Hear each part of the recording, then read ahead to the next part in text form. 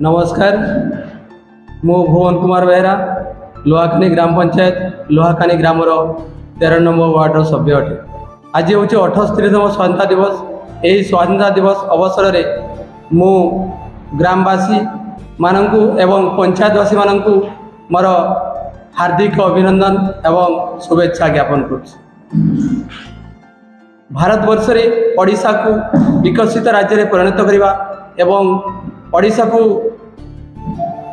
सशक्तिकरण करने एवं ओडिशा को शिल्प समृद्धि करने मु मोर राज्यर आदिवासी एवं सारा भारत में ओडिशा को सर्वबृहत विकसित राज्य में परिणत करने मु पंचायतवासी तथा राज्यर आदिवासी मानू मु विनम्र निवेदन जनाऊँ। धन्यवाद।